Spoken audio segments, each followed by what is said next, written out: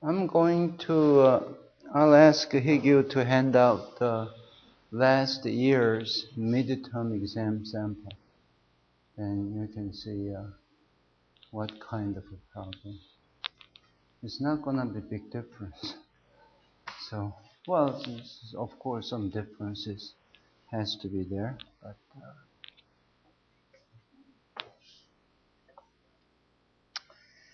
yesterday, virtually, I review what we have done before, and it's a little bit cold. Yeah. And then today we'll continue. Then I'm going to, I really like to finish the correlation function today. Then Monday. Friday, by the way, I excused the class, so no class on Friday. And Monday, I'm going into the spectral analysis. So that's what the plan is. Then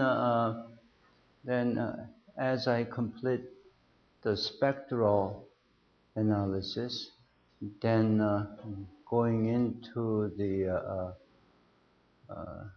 conversion from analog to digital data, then there is a rules in the digital-based analysis. That's what I'm going to do. And the extension could be if you locate signal processing course, I suggest to take the course if you have a time to take that. So signal processing would be a nice direct connection to kind of the additional the course when you deal with digitized data in conjunction with any testing. Okay. So here in this format, this is a general format. So this is very general format. And what do you call this? It has a name on it. This, the whole thing. Chusong, what do you call? The whole thing is correlation coefficient. Okay, correlation coefficient. And y, it was y over the sigma y, but we add there minus mu y and minus mu x because expected value of x and expected value of y are not 0. So origin is not the CG, but I suggest to set this origin as a CG, then you can eliminate to handle the static value. Okay? And this is a regression line of y on x. This is a regression line of x on y. Okay, nothing to confuse here, which is right here. So when you deal with this, then it's called the regression line of y on x. This is the regression line of x on y. Okay? The reason I'm taking a little bit time here is everything will be based on this correlation function. So if you screw up here, if you don't catch correctly, then it's a problem. So I repeat the Monday enough, so it should be okay. Rho xy is correlation coefficient, or is called normalized covariance. The covariance this is exactly the name or termed the covariance, which is expected value of x minus mu x times y minus mu y. Okay, mu is what? Mean value. of x and y. Yeah. And the sigma xy is this, which is simply covariance. Then when you say whole thing is normalized covariance, normalized by sigma x times sigma y. And the definition of the sigma xy is expected value of x minus mu x, y minus mu y. Or this is, you can express like this, for what process? Algebraic process? Stochastic process? Stationary process, right? Because I is at any given point, if it's along the time axis, you have a whole sample, right? The sample time history, then for the given time ti, if this is I, then that's a ti, yi. Okay. So sometimes it's kind of confusing, because when you deal with rxx, rxy, ryy, if you remember the definition, it's going to be pretty straight. So my slide is set up such a way that it by itself, it just repeats the same thing over and over again. So this is line equation, regression line equation, this or this.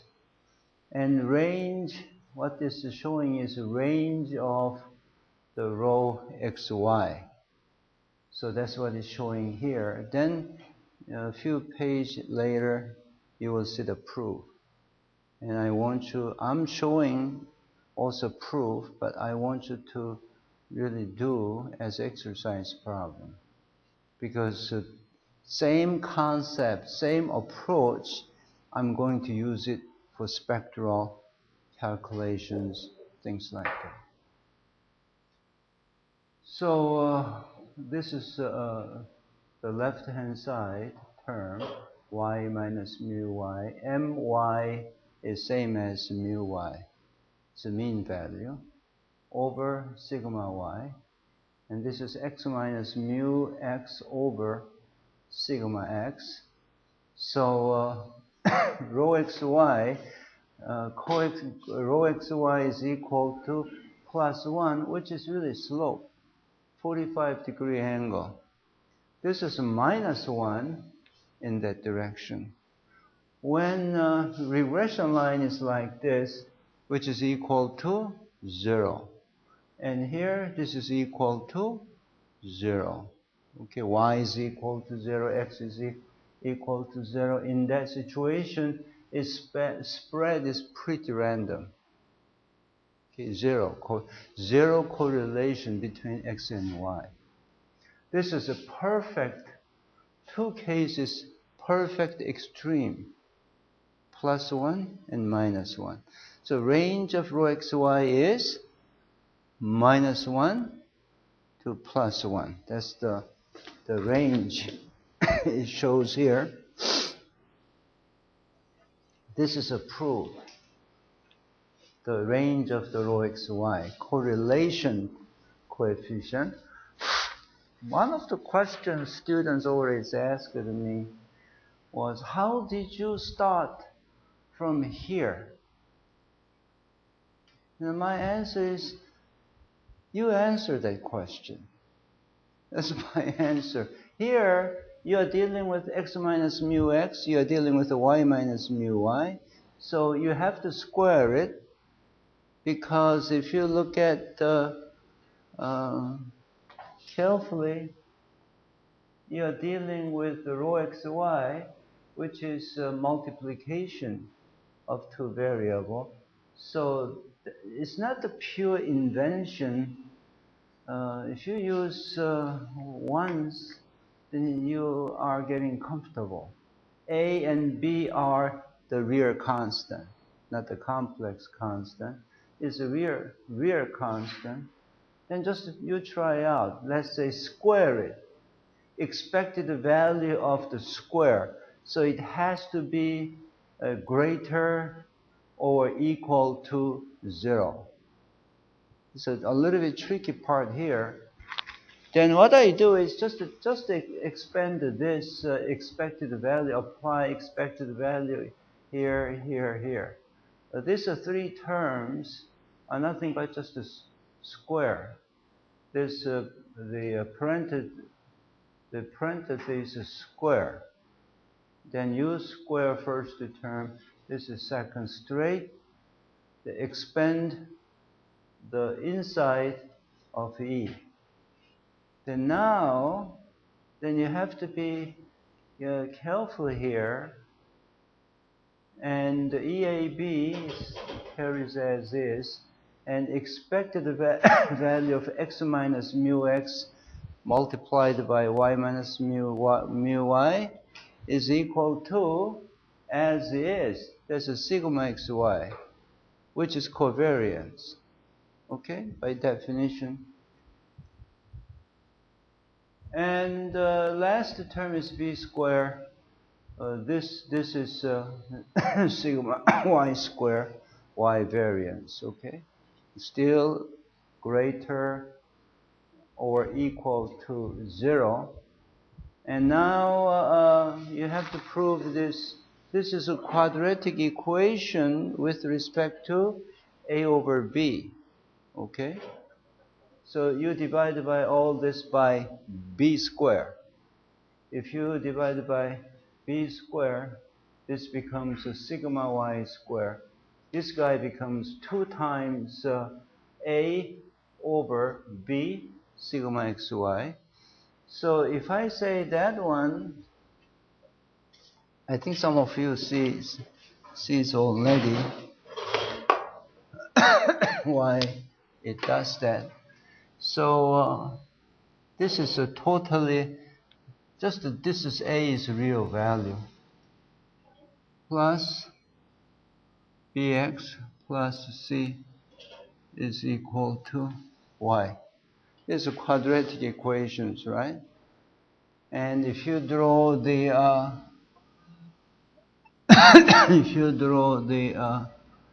xy, and we want this y is greater or equal to 0. What does it mean here? It's a parabola. Parabola could be that situation, which is what case is equal to 0. If this is not touched, or that could be, or that could be, is not touching, which means no roots. Okay? And no roots, or a single root. So here, there's a y, the root is equal to 2a b squared plus minus b squared minus 4ac. To qualify to have no roots, this term should not be the rear. If it's equal to 0, then you have a rear, the root, which is at the touchdown point. If this is a negative, what do you call this? What do you call this? Discriminant. 판별식. You remember 판별식? So b squared minus 4ac has to be less than or equal to 0. So over here is a, b, c. You can think this guy as, this is like a x there. X squared, x, and constant. You got it? So if you do that,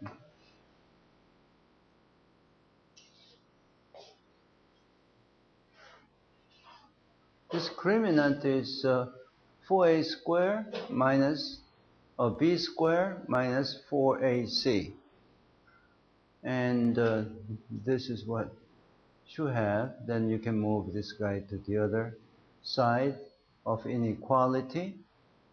Then you can divide by, you can move this guy to the other side. So it's a sigma xy over sigma x sigma y squared. If you square the negative, it's a positive, so it's all okay. So range, you can claim that this is a range is -1 to 1. So range is what that is, sigma xy. Remember, this is called correlation coefficient, okay?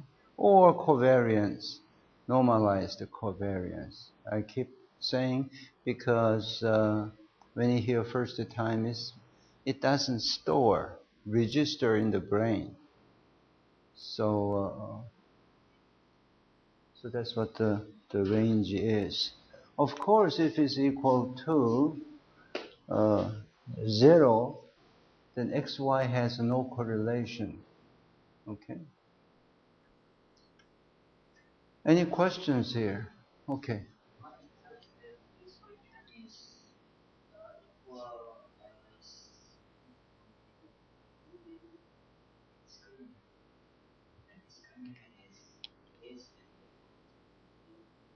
This is less.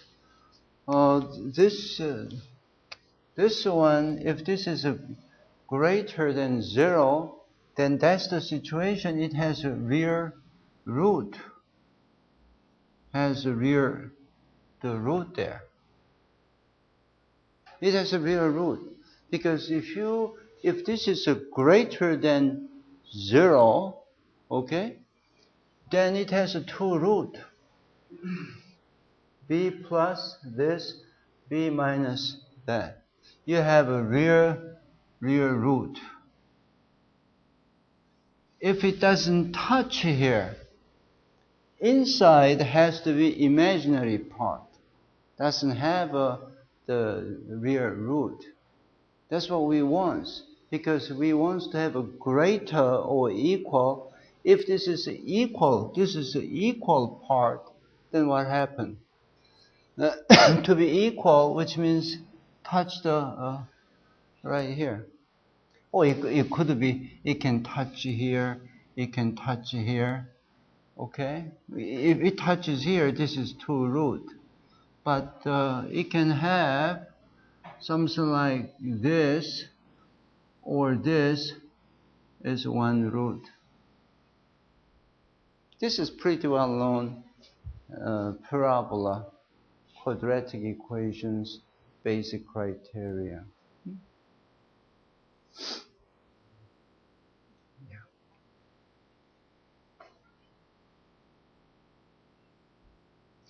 Okay, now it's the real things coming in. What have done here is correlation output. Output is a y. Okay, over here is a y. Y is equal to a plus bx. That's a line equations, right?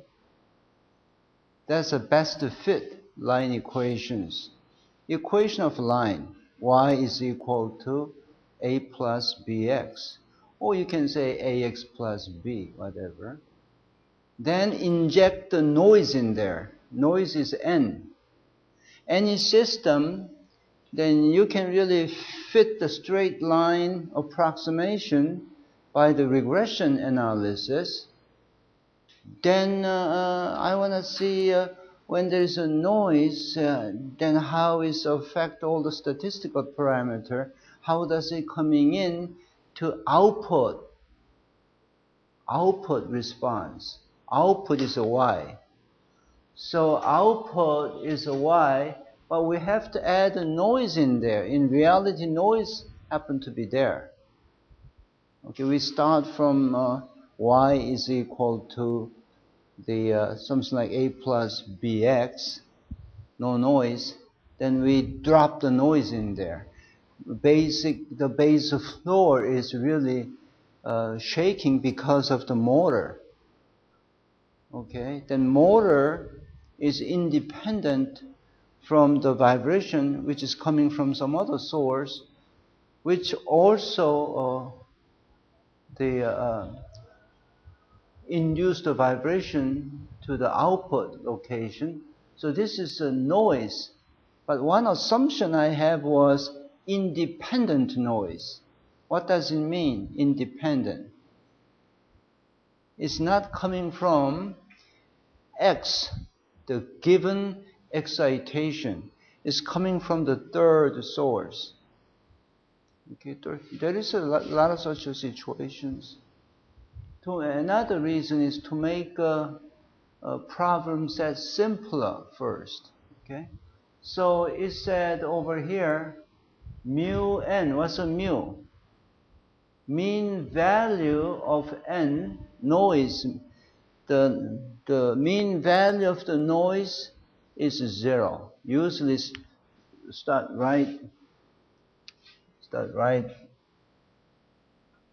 Mean value, you can have all the noise here. Mean value happen to be right here, which is mu n is equal to 0. Okay? Very nominal situations. And rho xn,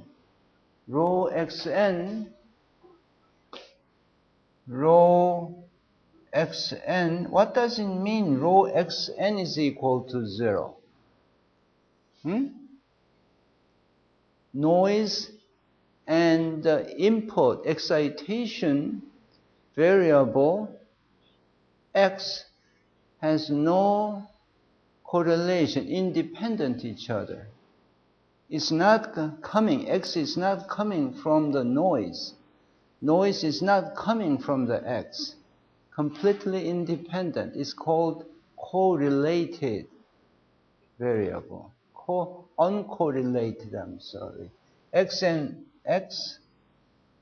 and n are uncorrelated.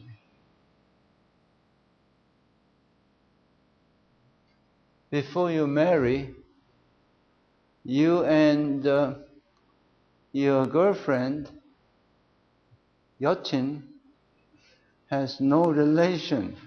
Okay?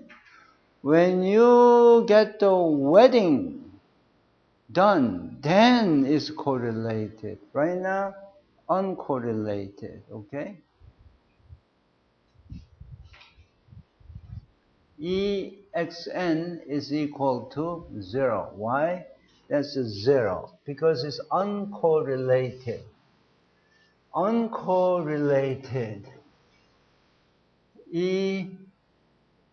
Expected value of x and n, this guy is still single, is equal to e to the x.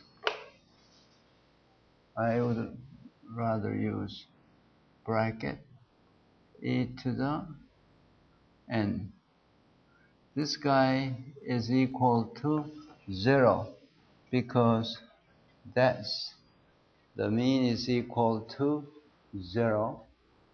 So n is equal, En is equal to 0. Then this is equal to the 0. Very interesting problem. Then what I'm doing here is standard deviation or variance of output y. How can you express in terms of the x, the excitation, and also noise n? That's the question. What's the contribution of the total variance? Square is called the variance, output variance. How the noise variance and excitation variance, how is it going to affect on sigma y square, variance of output. So process, I'll do the process here carefully, but the others are similar, so I'll just start and end, you fill in between. So now y is equal to a plus bx, then plus noise.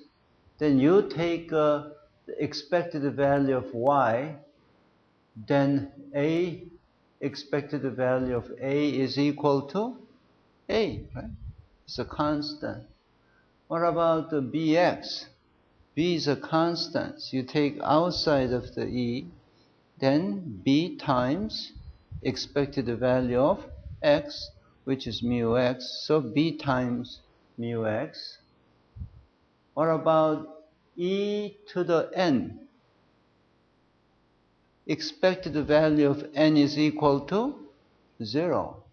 Then that's a 0.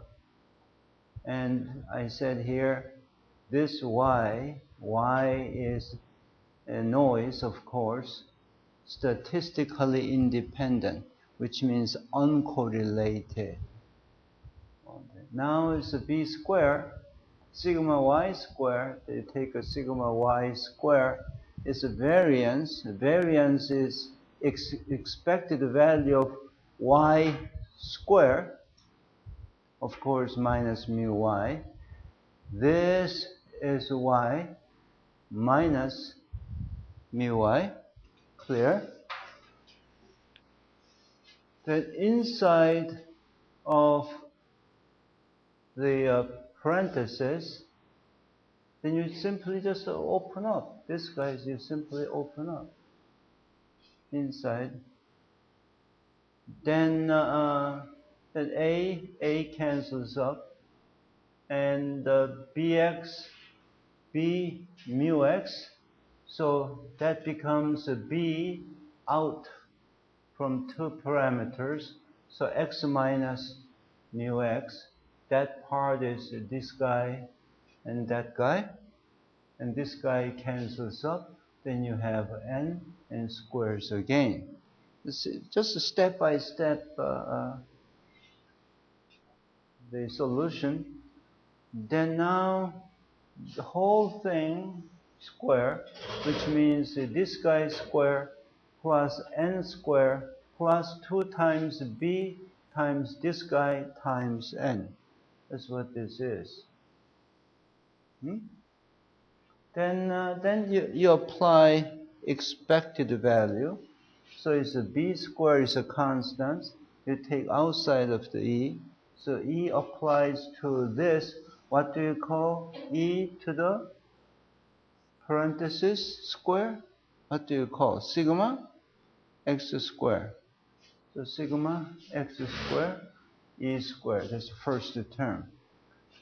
And last term is sigma n square. What about this guy? B is a constant, 2 is a constant. Listen carefully. And E applies to parenthesis times n. And E times 2b, right? 2b, E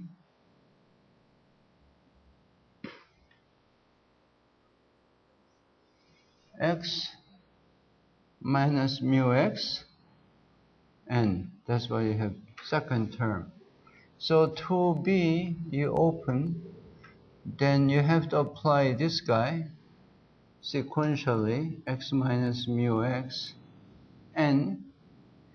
Then now this is a constant. Now this is random variable, this is random variable. So I can apply this as e to the x minus mu x. It's independent between n and this. This is a constant. I can say that this is e to the n. Can I do that? And what's this value?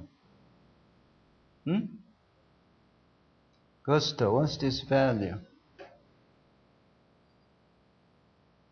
Choru, what's this value? Do you see this is equal to 0?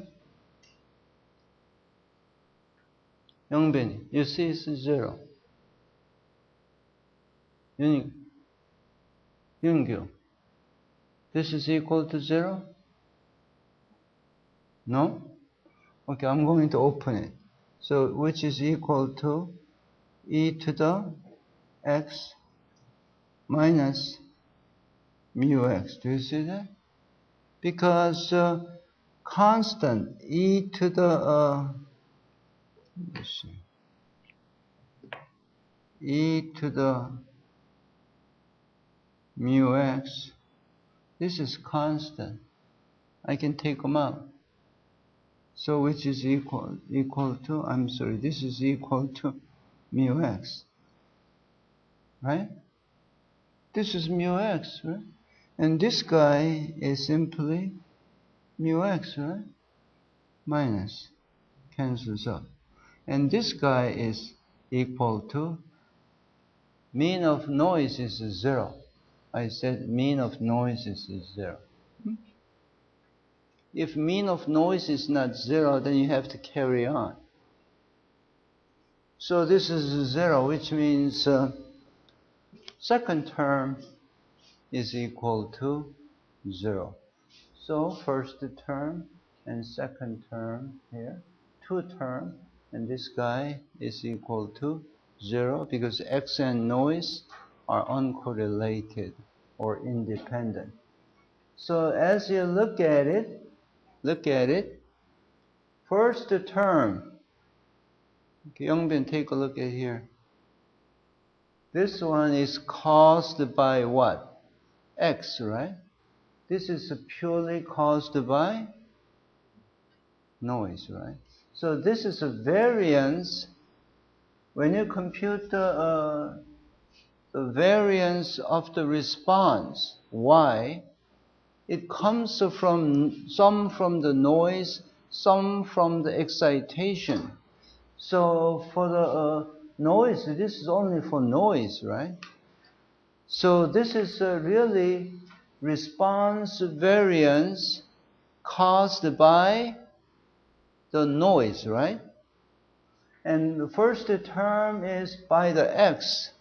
So this is really this term is variance caused by the x, which is excitation. Very interesting. But if you look at the result, it looks obvious because y is ax, a plus bx plus n. A plus bx from this excitation part. Then n is a noise. It has virtually two terms, noise and excitation. It generates the response, which is a sigma y square. Contribution is concerned, the sum from the noise, sum from the excitation, x. How much? B square sigma x square. Caused by n. This is caused by x. This is caused by the n, noise. So in the next page, that's the way I said here.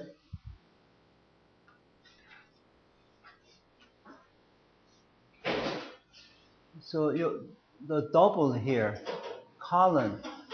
So variance column y is a variance of y caused by the x random variable, which is excitation, which is over here. Another one, y caused by n, noise. Okay, it's very nice notations. You can use it. So this is sigma y square, the variance of the response is equal to sigma y colon x square plus y colon n square. So this expression is very useful expressions. So when independent noise is in the your circuit, this is how it contributes. And it's very nice relations. Very nice. If you just look at it, sometimes too dangerous. By looking at it and doing it is two different things. Let's look at one more steps here. It's a little bit tricky. Well, it's not tricky, but may take a little bit time to understand, but it's not. It's the same thing, but sigma xy, this is not the sigma y. What do you call the sigma xy? Covariance, right? You keep remember the name. A few names are there. As I mentioned already, very few are there. So what's involved? You tell me. Of course, sigma x, sigma y, sigma xy are there, and we also look at rho xy so far, and what I was going to write here.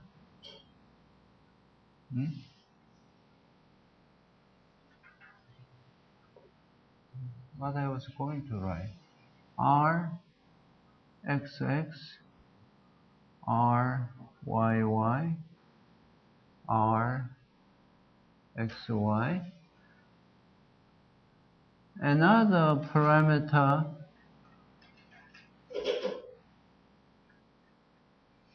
which I'm going to introduce is this guy.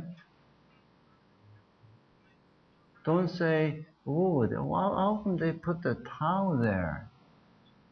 Whenever tau is a time domain.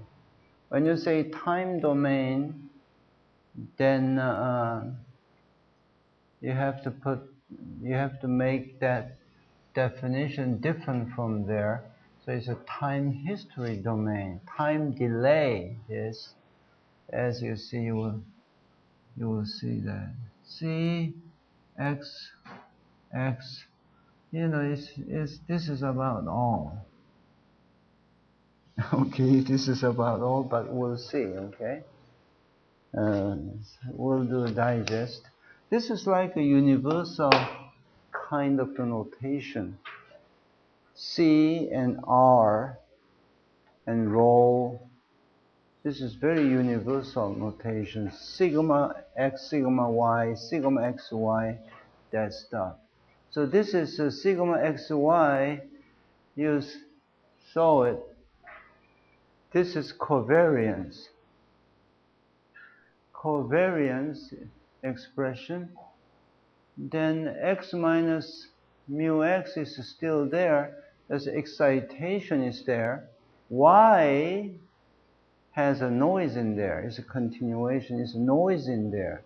So y is equal to a plus bx plus n, right? Noise output is contaminated by the noise. Then minus mu y is this. Then you just open up this guy. It's like this. Where is a minus by coming from?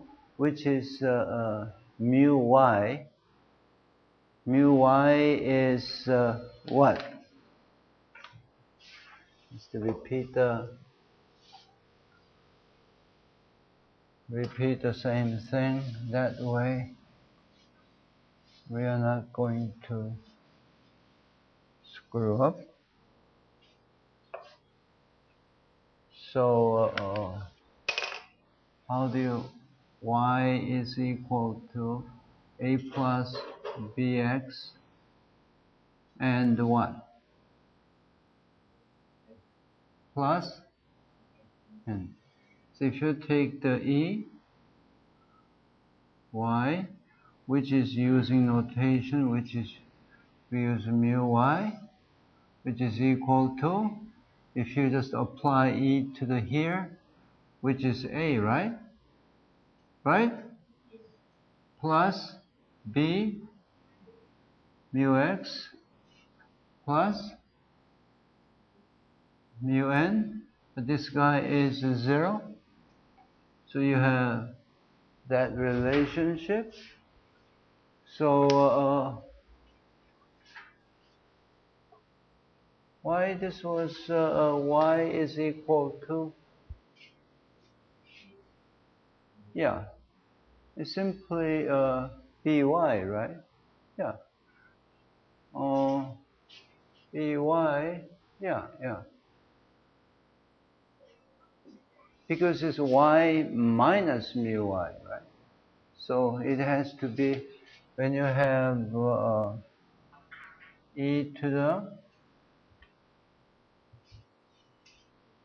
well, before we apply the expected value, which is equal to y minus mu, this guy is a positive minus mu y, so it has to carry as is. Mu y is equal to, you can say open parenthesis here, open parenthesis, a plus by minus applies to here, and here when you open, that's what a minus by, right? And this cancels up, same way, okay? Bx and b mu x comes right here, n carries as is, and then what happened? Oh, this guy is equal to what? This guy is equal to 0, right? When you apply e to this guy, this is it. When you apply e here, well, you have to apply to here altogether. But let's apply this guy first. One more step we may need. That guy, x minus mu x. And next one is what? Next one is b, right? X minus mu x plus n.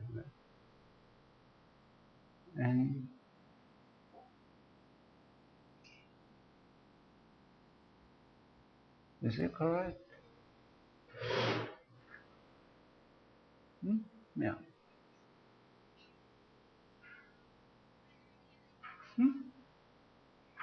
So this is e x minus mu x. If it's something not right, let me know. Apply this guy to here, which is a b, and plus x minus mu x n. Right? This is equal to b sigma x squared plus e to the x minus mu x n. Can you see that this is equal to 0? Yeah, uncorrelated. So this is 0. You can tell right away this is equal to e to the x minus mu x times e to the x, I'm sorry, e to the n. This is 0. This is equal to 0. E to the x is mean minus mean. So this is So this is all 0, so you have only first term. So it has a nice piece, sigma xy is equal to b squared, right? B times sigma x squared. Before, sigma y squared is equal to what? Previous page. Is it b squared? Sigma x squared, is it correct? Plus sigma n squared. Is it right? Okay, answer me. Sigma n squared. Yeah. And students out there is saying, get out. Yeah. So as you look at next, sigma xy is b times sigma x squared. I want you to look at very carefully,